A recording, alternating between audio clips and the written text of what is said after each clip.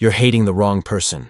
While you're burning through your life force energy in resentment, comparison, and jealousy toward this third party in your divine masculine's life, this very person you see as your enemy is doing exactly the work you could never accomplish alone. This third-party karmic isn't blocking your union. She's literally building the pathway for it to happen. And with every second you remain trapped in the duality of seeing this person as an adversary, you yourself are locking the only door that could lead you to the union you so desperately desire. In this video, I'm going to reveal why the third-party karmic is actually a disguised ally on your twin flame union journey, how she's serving a specific purpose that's part of the soul contract established between you before you even incarnated, and most importantly, I'm going to teach you what single shift needs to happen within you so that her function completes naturally, and union finally becomes possible. And if you stay until the end of this video, you'll discover the secret that depth psychology revealed about why you needed exactly this third party, so he could heal what was preventing your union. Because maybe, just maybe, you simply need to stop resisting her presence, stop judging her, stop seeing her as competition, and understand that when you finally step out of duality and into unity, when you transcend judgment and embrace understanding, everything will reorganize itself naturally without you having to lift a single finger. But before we understand the hidden and deeply necessary role of this third party, you need to comprehend why twin flames don't heal each other, even when the connection between them is the most intense, the most transformative, the most overwhelming that two souls can experience in this physical dimension. Because this understanding is the foundation upon which everything else will build. Depth psychology discovered something that most people on the spiritual twin flame path still fiercely resist accepting, something that goes against all the romanticism that's been built around this concept. Twin flames don't come to heal each other. They don't come to fill emotional voids, to fix childhood traumas, to save each other from destructive patterns. They come for something far more challenging and at the same time, far more powerful. They come to mirror each other, to reflect with absolutely surgical precision exactly what still needs to be healed within each person, what remains hidden in the shadows of consciousness, what you can deny when you're alone, but becomes impossible to ignore when you're standing before the mirror that is your twin flame. When you look at your twin flame, when you interact with them, when you feel the overwhelming intensity of this connection, you're not simply meeting someone who's going to complete you or heal your wounds. You're meeting a mirror so precise, so ruthlessly honest about your own shadow, your own unresolved patterns, your own wounds that are still bleeding, that it becomes completely impossible to keep denying what needs to be seen, felt, integrated.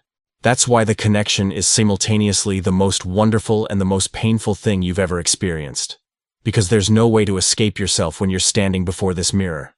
This is why the twin flame connection is simultaneously the most intense and the most challenging that exists across the entire spectrum of human relationships. Because every behavior of his that deeply frustrates you, every choice he makes that drives you to despair and makes you question everything, every moment when he seems to be doing exactly the opposite of what you think he should do, every time he acts in ways that seem to deny the connection between you, he's showing you something crucial about yourself. Not in a punitive way, not as a cruel test from the universe to see how much suffering you can endure, but as necessary revelation of aspects of your consciousness that can only be seen, only be brought to light, only be integrated when reflected through this specific connection with this specific soul. But here's where the third-party karmic's function becomes not just important, but absolutely crucial to the entire journey. There are layers of healing in the divine masculine, deep layers of his psyche, buried traumas, ancestral patterns, wounds from past lives that cannot be accessed through the connection with you. Simply cannot. And this isn't your fault. It's not because you're not good enough. It's not because you don't love enough. It's not because you haven't evolved spiritually enough. It's because the energetic frequency you carry, as high and pure as it may be, doesn't resonate with those specific layers that need to be healed in him. Think of it like radio frequencies. You can be broadcasting on the most beautiful, highest, purest frequency that exists. But if there are radio stations in his system that operate on completely different frequencies, stations that were programmed in childhood, in past lives, through ancestral traumas, your frequency won't reach them. You can be screaming unconditional love, healing, transformation, but those parts of him simply can't hear you because they're not tuned to your frequency, and that's where the third-party karmic comes in. She carries exactly, precisely, surgically the energetic codes necessary to activate those deep layers. She resonates with the wounds that need to be brought to the surface. She activates the patterns that need to be seen in order to be transformed. She accesses the shadow territories of his psyche that you, with all your light and love, cannot reach. And she does this not because she's better than you, not because she has something you don't have, but because she carries a specific frequency that's necessary for this specific healing work. There are layers of healing in the divine masculine that need to be activated through an energetic frequency completely different from what you carry. A denser, heavier frequency that resonates with the parts of him still living in pain, in fear, in survival patterns. And this third party was chosen, at the soul level, on the spiritual plane before any of you were born, specifically because she carries the exact karmic codes, the precise frequencies, to awaken those deep layers that need to come to the surface, that need to be seen, felt, recognized before union with you becomes energetically possible. Think of it as deep spiritual surgery. You are the final healing frequency, the one who will integrate and harmonize everything when the cleansing work is complete, when the wounds have been opened and cleaned. But before that, before you can enter and harmonize, someone needs to go into the darkest territories of his psyche. Someone who resonates with the unhealed wounds. Someone who activates the destructive patterns. Someone who brings to the surface everything that was buried and denied. This person isn't taking your place. She's preparing his emotional, psychological, and spiritual terrain so that when you finally unite, there are no more unintegrated fragments, no more unrecognized shadows, no more unconscious patterns that could destroy the union. The third-party karmic frequently carries deep energetic similarities with important figures from his past, and this is no coincidence. It may be that she resonates energetically with his mother, activating all those primary wounds of abandonment, of suffocation, of conditional love, of emotional manipulation that were established in the early years of life when he was completely dependent and vulnerable. It may be that she carries frequencies from past life relationships where unresolved karmic debts existed, betrayals that were never forgiven, loves that ended tragically and left marks on his soul that crossed incarnations. It may be that she simply represents specific patterns of emotional dependency, deep fear of true intimacy, neurotic need for control, emotional addictions that he developed as survival mechanisms throughout this life or previous lives. When he's with this person, when you look from the outside and see him apparently trapped in this dynamic that to you is so obviously destructive, so clearly inappropriate, so painfully wrong, what's really happening behind the scenes of reality is that all those deep unconscious contents, all those buried wounds, all those unresolved patterns are being systematically brought to the surface of his consciousness. She's not stealing him from you. She's not occupying a place that should be yours. She's doing the extremely difficult work, the dirty and painful work of activating everything that needs to be healed, everything that needs to be seen, everything that needs to be integrated before he can sustain the very high frequency of true union with you. And while you look from the outside, judging the situation as an unfair obstacle, while you consume your energy comparing yourself to her, wondering what she has that you don't have, despairing because he seems to choose to stay with her instead of with you, the universe is orchestrating behind the scenes exactly the necessary healing process through this karmic connection. The universe isn't being cruel to you. The universe is being profoundly wise, operating with an intelligence that completely transcends your limited rational understanding. But here's the part that most people on the twin flame path never, ever understand. The part that if you grasp will completely transform everything.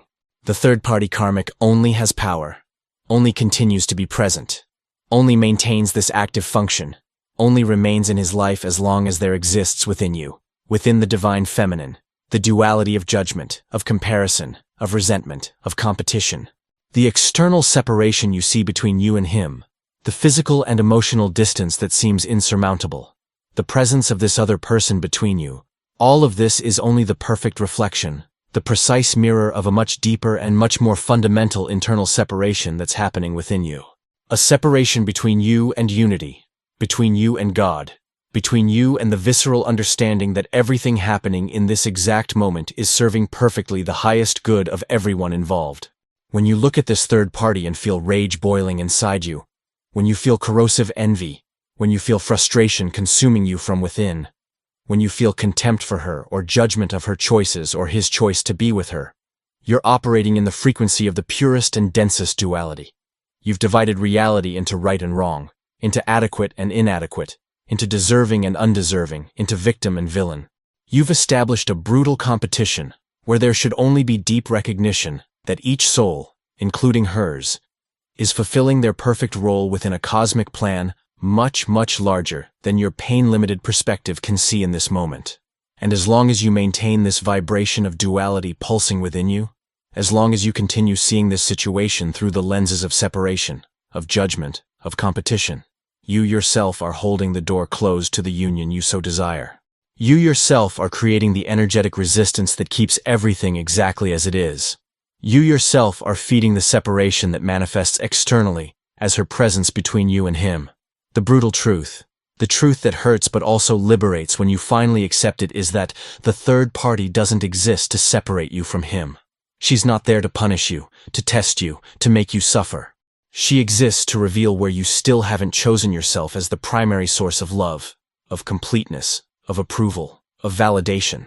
Every time you compare yourself to her, every time you stalk her social media looking for signs of problems in their relationship, every time you desperately wonder what she has that you don't have, every time you try to understand why he chooses to stay with her instead of with you, you're communicating to the entire universe.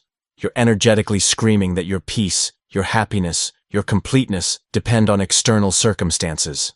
That you still haven't integrated the fundamental lesson, the most important lesson of the entire twin flame journey, which is that true, sustainable, conscious union is only possible between two people who are already individually complete, who have already chosen themselves as primary sources of love.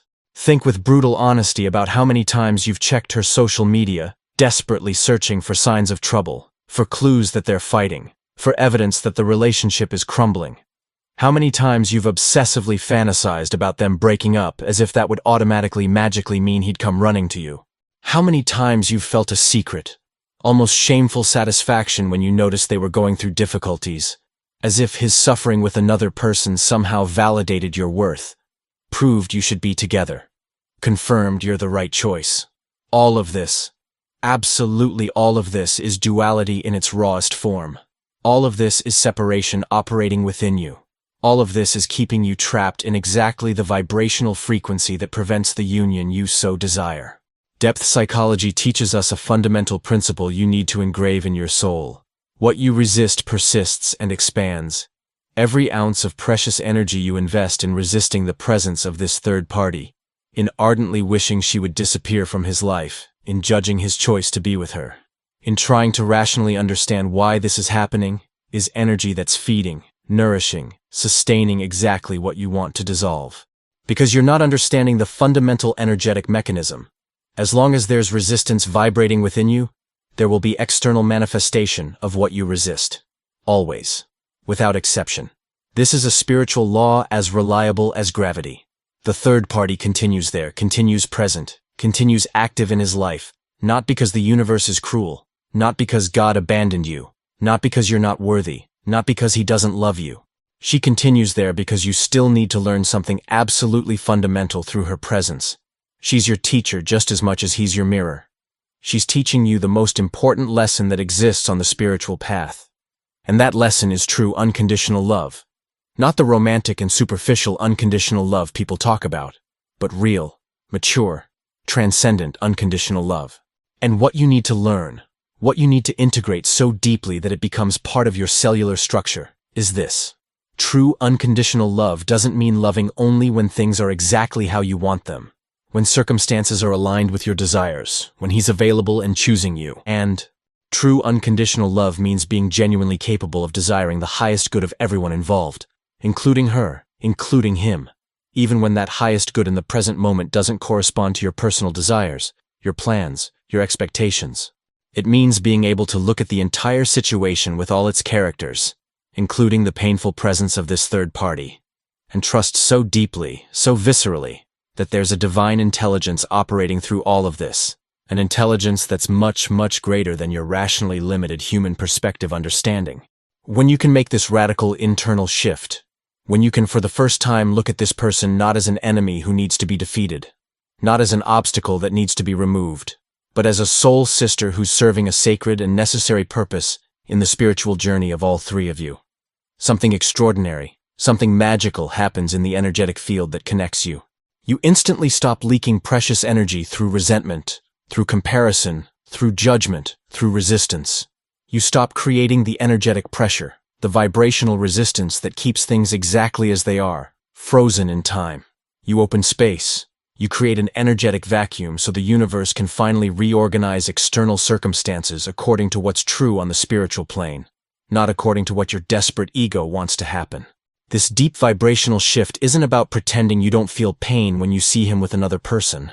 It's not spiritual bypassing where you deny, repress, bury completely legitimate emotions of frustration, of sadness, of disappointment. It's something much deeper and much more real than that. It's consciously moving through those difficult emotions. It's allowing them to move through you without clinging to them, without making them an identity, until you arrive on the other side where there's an understanding that transcends pain. It's recognizing with total honesty that you would deeply wish things were different, that you'd wish he was free, that you'd wish union had already happened, but at the same time accepting so deeply, so completely, that in this specific moment, in this eternal now, things are exactly as they need to be. So everyone involved, including you, grows in the way your soul's meticulously planned before incarnating.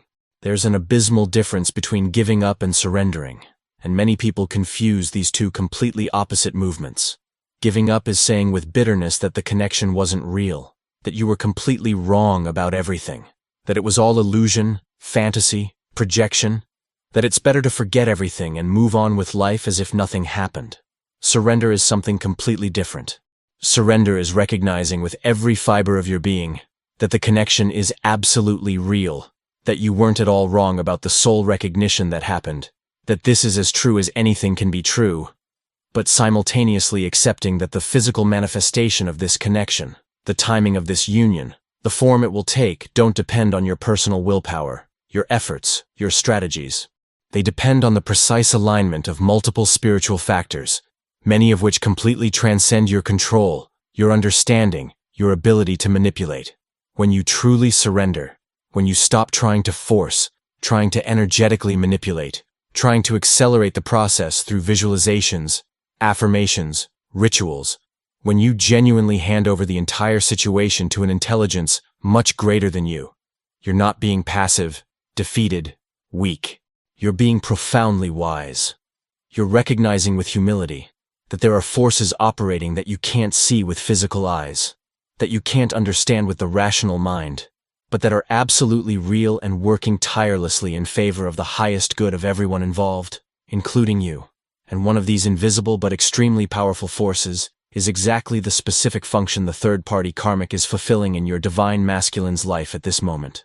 Think about this from a completely different perspective, from an angle you may have never considered. If this person wasn't there, if the path between you and him was completely clear, without obstacles, without complications, you probably would have united a long time ago. But you would have united prematurely, before you were both truly ready to sustain the intensity of this connection. And premature unions between twin flames, unions that happen before the necessary inner work is complete, frequently result in extremely destructive dynamics of emotional codependency, of unhealthy fusion where individual identities dissolve, of total loss of individuality. You'd probably enter into a relationship that would be intense, passionate, overwhelming, but completely unsustainable long-term, that would burn too fast, too bright, and inevitably collapse under the crushing weight of unresolved unconscious contents, of non-integrated shadows, of still active destructive patterns. The third party is serving, consciously or unconsciously, as a perfectly calibrated cosmic timer. She's there, holding that space, fulfilling that function, until the inner healing work of everyone involved, especially his, is complete enough, mature enough so the union can happen in a conscious, mature, balanced, and long-term sustainable way. She's not preventing anything whatsoever.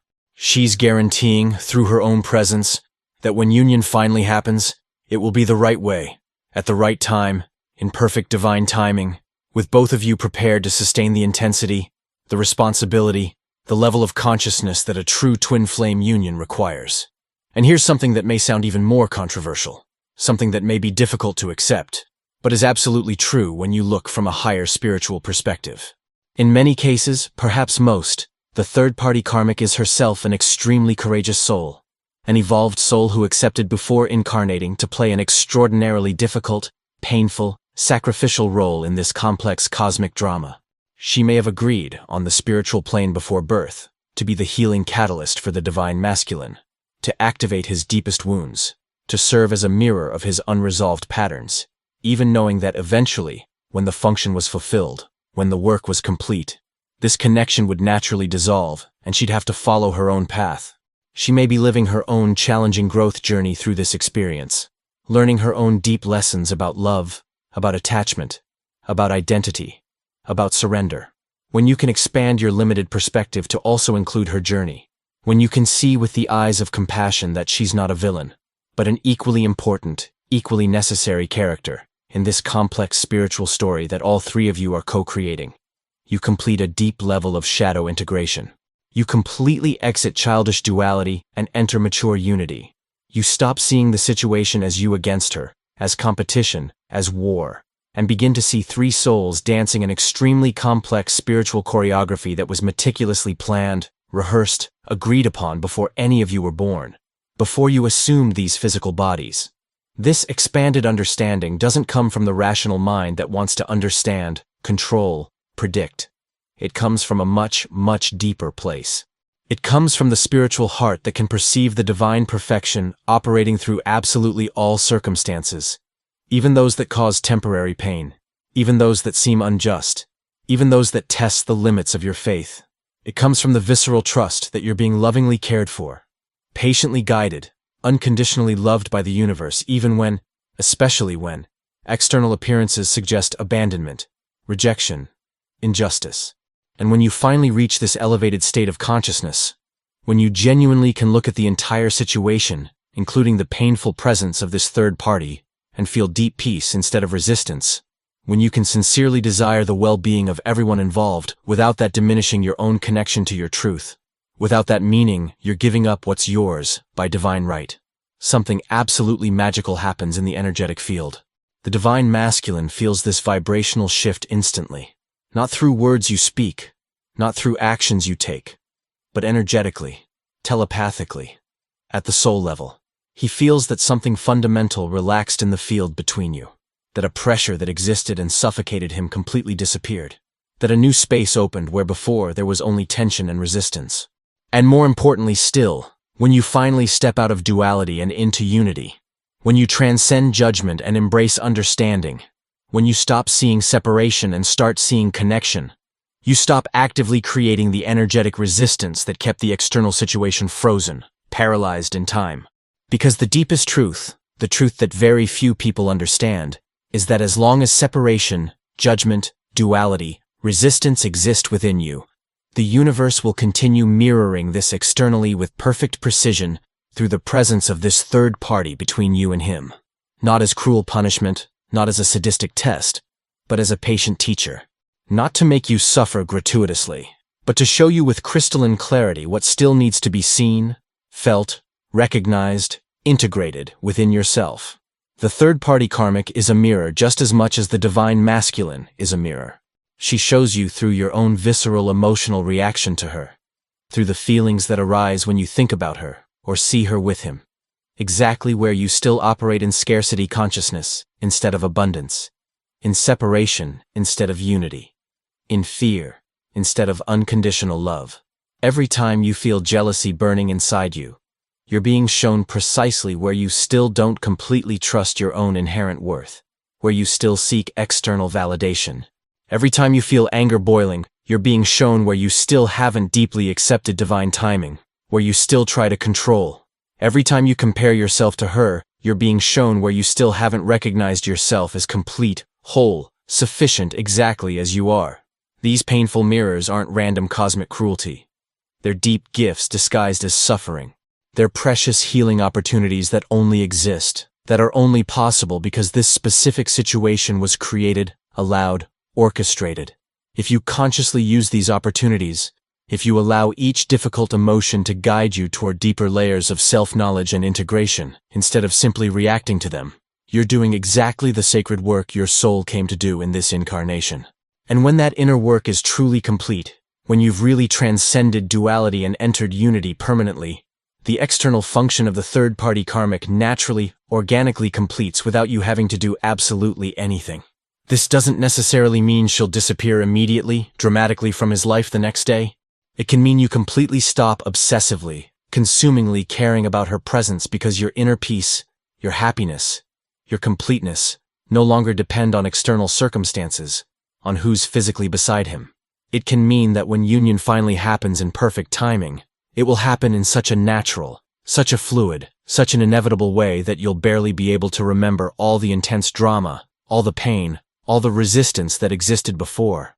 It can mean you discover with surprise that true union was already happening on the spiritual level all along, independent of who was physically beside him, independent of external circumstances.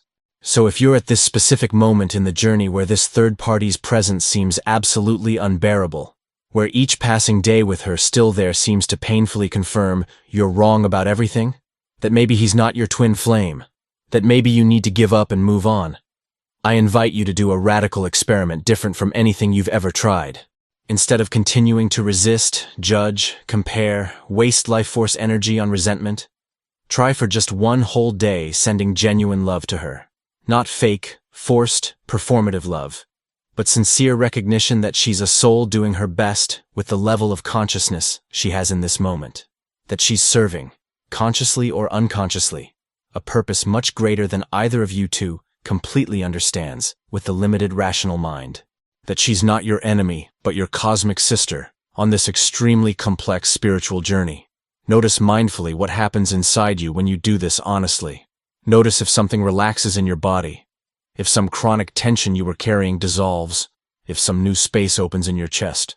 And then continue doing this consciously day after day, week after week, until it's no longer tremendous effort, but natural state. Continue until you genuinely can desire her well-being, her happiness, her growth without that somehow threatening your own well-being, your own journey. Continue until you viscerally understand in your cells that her happiness and yours aren't mutually exclusive, that unlimited abundance can exist for everyone, that true love doesn't know scarcity, doesn't operate in competition. When you finally reach this elevated state of consciousness, when this becomes permanent and not just a fleeting moment of clarity, you've completed something extraordinarily profound in your individuation journey. You've proven to the entire universe that you're genuinely ready for a union that's not based on neurotic possessiveness, on destructive competition, on desperate need. You've demonstrated through your vibration that you've developed real spiritual maturity to love, without grasping, to trust without obsessively controlling, to deeply desire without despairing. And it's exactly at this moment of true surrender, when you've finally completely stopped fighting against her presence, when you've deeply accepted not just with your mind, but with your entire being the sacred role she plays, that her karmic function begins to naturally, organically dissolve. Not because you did something specific to remove her, not because you used some manifestation technique, but because you stopped creating the fundamental energetic resistance that was keeping her there. You stopped feeding the internal duality that was manifesting externally as physical separation between you and your divine masculine. True twin flame union doesn't happen when you finally manage to remove all external obstacles, when the third party exits the scene, when circumstances align perfectly. It happens when you remove the primordial internal separation, when you completely stop dividing the world into us versus them, into right versus wrong, into deserving versus undeserving, into victim versus villain. When you recognize with crystalline clarity that absolutely everything and everyone is serving the evolution of collective consciousness, including that third party you spent so much precious time seeing as an obstacle, as an enemy, as the reason for your pain.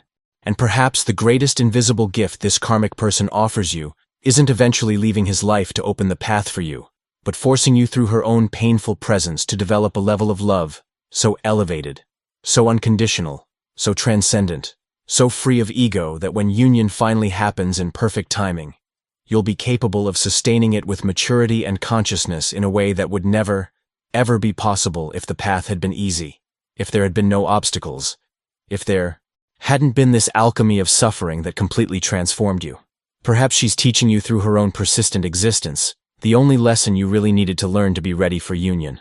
That true mature love doesn't compete, doesn't judge, doesn't compulsively compare. True love recognizes the divine perfection operating through absolutely all circumstances without exception, and trusts the process so deeply that it can completely relax in the present instead of fighting against it. If you made it this far, you already know deep in your soul that this message was for you. The key to your union isn't in removing this third party, but in transcending the duality within you. Leave in the comments just the word unity if you understood that as long as there's internal judgment, there will be external separation. And if you want to dive even deeper into this transformation journey, I created exclusive ebooks especially for you who are on the twin flame path. The first is 21 Days of Transformation with Carl Jung, a practical guide that will teach you exactly how to step out of the frequency of duality and elevate your vibration to the frequency of unity that magnetizes true union. It's 21 days of exercises based on Jungian depth psychology to work with the shadow, identify where you still operate in separation, and develop real unconditional love. The second is the Soul Survival Manual, because I know that even understanding all of this, some days are still difficult. In it, you'll find proven methods to stop leaking energy and resistance, techniques to become energetically irresistible not through manipulation but through genuine transformation, and the complete step-by-step to transcend judgment and enter unity. The link is pinned in the comments and in the description. Don't let your journey stop here. Take the next step toward your conscious union. Remember, the third-party karmic only has power while she activates something unhealed within you. When there's inner unity, there's no external competition. There's only recognition that everything is serving perfectly the higher plan. You're not alone on this journey, and every step you take toward unity is a step toward your true union.